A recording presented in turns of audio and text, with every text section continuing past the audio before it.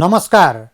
Nepal television हेरेर बसिरहनुभएका सम्पूर्ण आदरणीय दर्शक महानुभावहरूमा काठमाडौँ महानगरपालिकाको दैनिक टेलिभिजन कार्यक्रम हाम्रो काठमाडौँको आजको अङ्कमा यहाँहरूलाई स्वागत छ। दर्शकबिन कार्यक्रममा हामी काठमाडौँ महानगरपालिका क्षेत्रभित्र भएका विभिन्न गतिविधिहरू यहाँहरू सामु प्रस्तुत गर्दै आइरहेका छौँ, जुन आम महानगरवासीहरूको चासोका विषयहरू हुने गर्दछन्। आजको कार्यक्रममा भने हामी काठमाडौँ महानगरपालिकाका 32वटै वडा मार्फत काठमाडौँ महानगरपालिकाले महानगरवासीहरूको स्वास्थ्य सेवा पहुँचलाई वृद्धि गर्नको लागि सञ्चालन गरेको सहरी स्वास्थ्य क्लिनिक एवं प्राथमिक उपचार केन्द्रमा कार्यरत स्वास्थ्य कर्मीहरूको लागि काठमाडौँ महानगरपालिकाले 2 दिने प्रशिक्षण तालिम सम्पन्न गरेको छ। सोही विषय आजको कार्यक्रममा यहाँहरूलाई राख्नेछौँ। काठमाडौँ महानगरपालिका सहरी स्वास्थ्य विभागले महानगर मातहतका सामुदायिक सहरी स्वास्थ्य क्लिनिक तथा प्राथमिक स्वास्थ्य केन्द्रका स्वास्थ्य कर्मीहरूलाई 2 दिने तालिम प्रदान गरेको छ। सहरी स्वास्थ्य सेवा प्रवाहका आधारभूत पक्षहरू, स्वास्थ्य कार्यालय व्यवस्थापनका तरिकाहरू, कोभिड-19 र अन्य सरुवा रोग नियन्त्रण तथा व्यवस्थापनका विधिहरू, खोप प्रभावकारिता र अभिवृद्धि गर्ने विधिहरू लगायतका विषयमा स्वास्थ्य कर्मीहरूलाई तालिम प्रदान गरिएको थियो। स्वास्थ्य क्लिनिक तथा स्वास्थ्य केन्द्रको स्तर उन्नति र सेवा प्रवाहमा प्रभावकारिता बढ्ने अपेक्षा सहित तालिमको आयोजना गरिएको महानगरको सहरी स्वास्थ्य विभागका प्रमुख हरि कुँवरले जानकारी गराउनुभयो। स्वास्थ्य कर्मीहरूले तालिममा प्राप्त गर्नु भएको ज्ञान कार्यस्थलमा कार्यान्वयन गर्ने अपेक्षा गरिएको उहाँको भनाइ थियो। केही कुराहरू जानेका कुराहरू कोही भुलिएका हुन सक्छन्, केही नयाँ थप कुराहरू जान्न हामी एउटा सिक्ने मौका पाउनेछौँ। तर 2 दिनमै सबै कुरा त नहुन सक्छ। त्यही पनि तपाईँहरू हामीले यो अवधिमा जति सिक्छौँ त्यो चित्त लगाएर सुन्नु होला र आफ्नो कार्यस्थलमा गएर त्यसलाई चाहिँ कार्यान्वयन गर्नुहुनेछ। तालिममा सहरी स्वास्थ्य सेवाका आधारभूत पक्षहरूका विषयमा स्वास्थ्य सेवा विभागका महानिर्देशक महेन्द्र प्रसाद श्रेष्ठले प्रशिक्षण दिनुभएको थियो। भौतिक पूर्वाधार, जनशक्ति, सूचना प्रणाली, औषधि तथा उपकरण, स्वास्थ्यमा लगानी तथा नेतृत्व र सुशासन कायम भएपछि मात्र सहरी स्वास्थ्य सेवा प्रभावकारी हुने बताउनुभयो। साथै स्थानीय तहहरूको छुट्टै स्वास्थ्य नीति नभएको, स्वास्थ्य केन्द्रहरूमा पूर्वाधारको कमी तथा जनशक्तिको अभावका कारण स्वास्थ्य केन्द्रहरूले प्रदान गर्ने सेवा प्रभावकारी नभएको उहाँले प्रशिक्षणका क्रममा बताउनुभयो। सहरी स्वास्थ्य केन्द्रहरूको सेवा प्रभावकारी रूपमा सञ्चालन गर्न सहरी स्वास्थ्य प्रवर्धन केन्द्रको विकास गर्नुपर्ने कुरालाई उहाँले जोड दिनुभयो। पालिका लेभलको कुनै पनि छलफलमा स्वास्थ्यको एजेन्डा बाटो खन्ने, पानी ल्याउने बाहेक अर्को एजेन्डै पर्दैन। त्यसकारण त्यो ठुलो हुन्छ।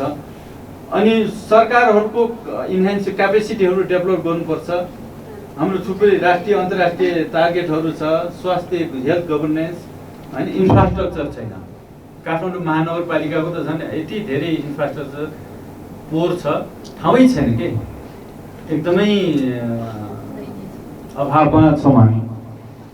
अनि अर्को ट्रिपल बर्डन अफ डिजिज अहिले चाहिँ 3 प्रकारको बर्डन छ हैन। एउटा हामीसँग पहिले सरुवा रोग छ, अहिले नसर्ने रोगहरू आयो, अनि यो ट्राफिक एक्सिडेन्ट र इन्जुरीहरू धेरै आयो। त्यसले जसले हामीले ट्रिपल बर्डन भन्छौँ। अब न्यू र इमर्जिङ कम्युनिकेबल यो चाहिँ नयाँ रोगहरू पनि थुप्रै आए।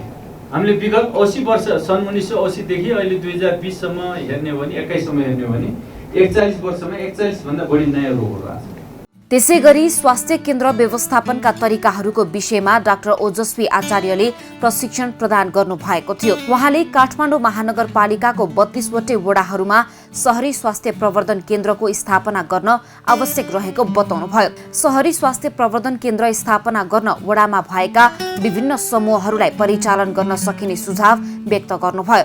साथै प्रत्येक वडामा रहेको स्वास्थ्य क्लिनिक व्यवस्थापन गर्न वडा अध्यक्षको संलग्नतामा एउटा समिति गठन गर्नुपर्ने, सहरी स्वास्थ्यलाई लक्षित गरी नीति निर्माण गर्नुपर्ने तथा सहरी स्वास्थ्य प्रवर्धन केन्द्रको स्थापना गरी वडामा भएका स्वास्थ्य समस्याहरू संकलन गर्न आवश्यक रहेको उहाँले प्रशिक्षणका क्रममा बताउनुभयो। जुन हाम्रो कम्युनिटी सिस्टमको हेल्थ सिस्टम, जुन कम्युनिटी स्ट्रेन्थन सिस्टम चाहिँ जुन ग्लोबली चाहिँ हामी प्राउड छौँ हैन। नेपाली भनेर जहाँ भन्दा नि हामी महिला स्वयंसेविकाको एक्जाम्पल लिन्छौँ भने अर्बन हेल्थमा चाहिँ त्यो नभएको पाइएको छ त्यति हैन। र त्यो सपोर्टहरू हामी कसरी लिने, त्यो सपोर्टहरू सँगसँगै हामीले मदर्स ग्रुप कम्युनिटीलाई एक्टिभेट कसरी गर्ने र हाम्रो म्यानेजमेन्ट के हो त इच युनिट अहिले हामीसँग यहाँ 32वटा वडाको हुनुहुन्छ भने 32वटा नै एउटा सानो एउटा म्यानेजमेन्ट युनिटमा के हो त त्यो फङ्सनल युनिट भन्ने लाइनमा पनि हामीले कुरा गऱ्यौँ।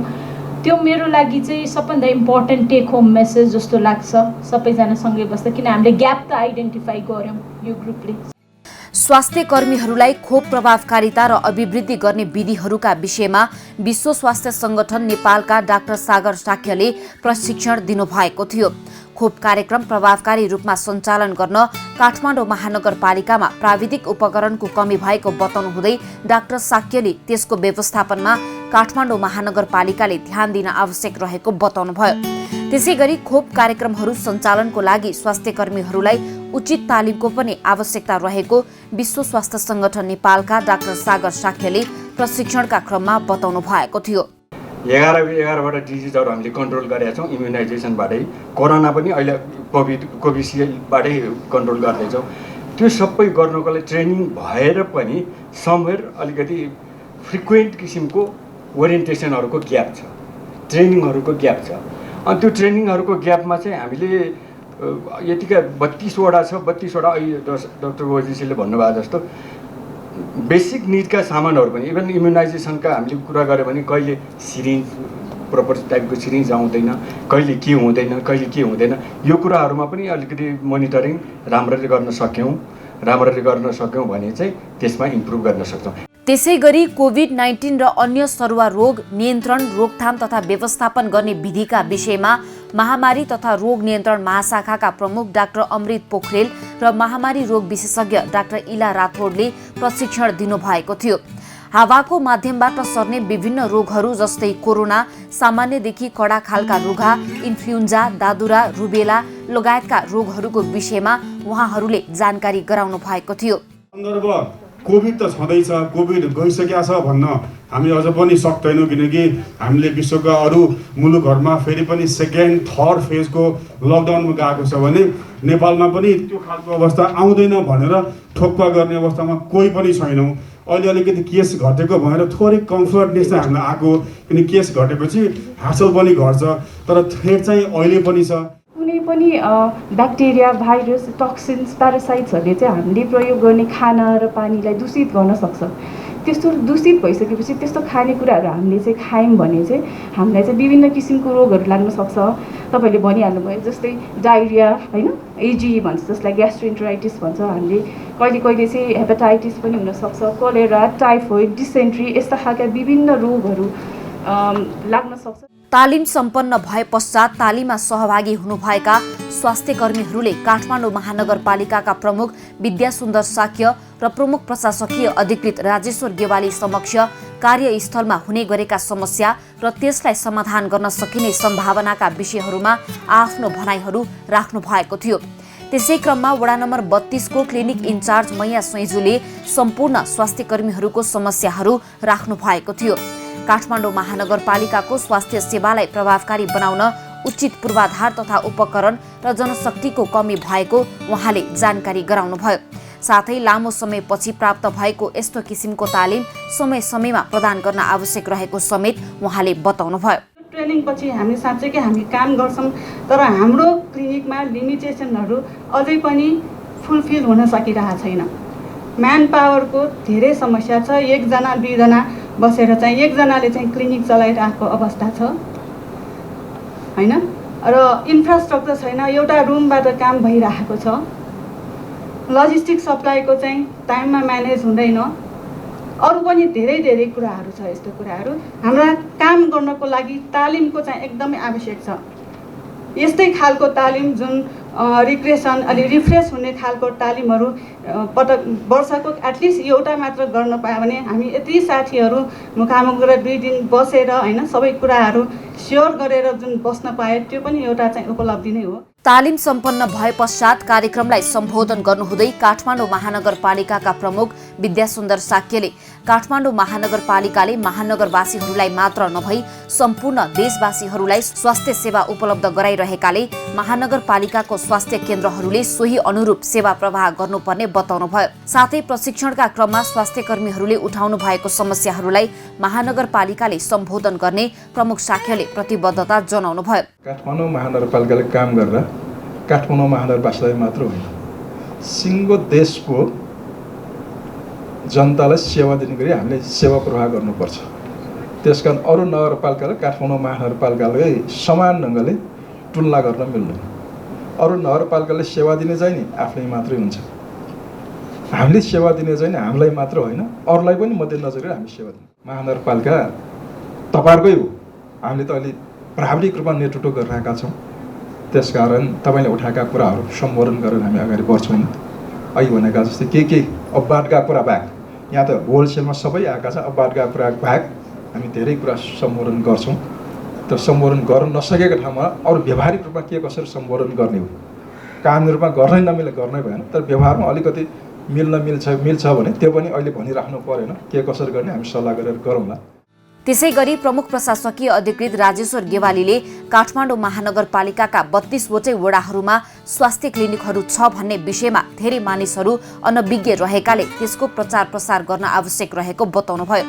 महानगरपालिकाको स्वास्थ्य केन्द्रहरूबाट प्रभावकारी सेवा प्रवाह गर्न विभिन्न किसिमका तालिमहरू निरन्तर प्रदान गर्ने प्रतिबद्धता समेत उहाँले जनाउनुभयो। साथै आगामी दिनमा स्वास्थ्य क्षेत्रमा काठमाडौँ महानगरपालिकाको योजना के हुनेछ भन्ने विषयमा अध्ययन गर्न समेत आवश्यकता रहेको उहाँको भनाइ थियो। सहरी स्वास्थ्य केन्द्र काठमाडौँ महानगरपालिकाको छ भन्ने महानगरमा आउनु अगाडि मलाई थाहा थिएन। सिधै डाक्टर कहाँ जाने, हस्पिटल जाने छ रहेछ त भन्दाखेरि यो छ भन्ने कुराको प्रचार प्रसारको कमी छ है। जो अलिकति अब नजिकमा होला जानकारी पाए होला उसले चाहिँ सेवा लिया छ, नत्र भने सामान्य चाहिँ मेडिकल फेसिलिटीको लागि त त्यहाँ जानु पर्यो नि। महानगरवासीहरू सुलभ पनि हुन्छ, सस्तो पनि हुन्छ, आफ्नो पनि हो, सरकारी हो। चाहिँ आगामी 5 वर्षमा हामी कहाँ पुग्ने स्वास्थ्य क्षेत्रमा खास गरी भन्ने खालको कुनै एउटा चाहिँ कन्सल्टेन्ट टिमबाट हुन्छ कि के हुन्छ, कसो हुन्छ, त्यो पनि गराउनुहोस्। काठमाडौँ महानगरपालिकामा 2051 सालबाट 7 वटा सहरी स्वास्थ्य क्लिनिक सञ्चालनमा ल्याइएको थियो।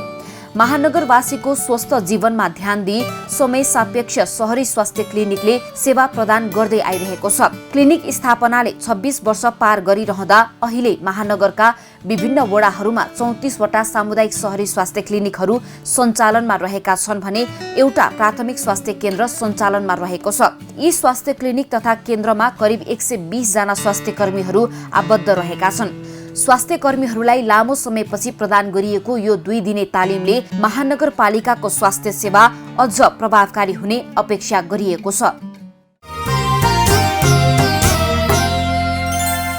दर्शकबिन, काठमाडौँ महानगरपालिकाका प्रमुख विद्या सुन्दर साक्यले बताउनु भए जस्तै काठमाडौँ महानगरपालिकाले पुर्याइरहेको स्वास्थ्य सेवा महानगरवासीहरूका लागि मात्रै होइन, समग्र नेपालीहरूका लागि पनि उत्तिकै महत्त्वपूर्ण छ र महानगरपालिकाले त्यति नै प्राथमिकता दिइरहेको पनि छ। काठमाडौँ महानगरपालिका मातहतमा सञ्चालनमा रहेका स्वास्थ्य क्लिनिक एवं प्राथमिक उपचार केन्द्रहरूले अझ सेवा बृहत्तर रूपमा बढाउन सकोस् भन्ने हिसाबले स्वास्थ्य कर्मीहरूको लागि काठमाडौँ महानगरपालिकाले 2 दिने तालिम सम्पन्न गरेको प्रसङ्ग आजको कार्यक्रममा राख्यौँ। आजको कार्यक्रमको निर्धारित समय सकिएको छ। भोलि पनि नयाँ विषय र प्रसङ्ग लिएर आउने नै छौँ। तबसम्मका लागि सम्पूर्ण टिमसहित म वैकुण्ठ भण्डारी बिदा चाहन्छु। नेपाल टेलिभिजन हेर्दै गर्नुहोला। नमस्कार।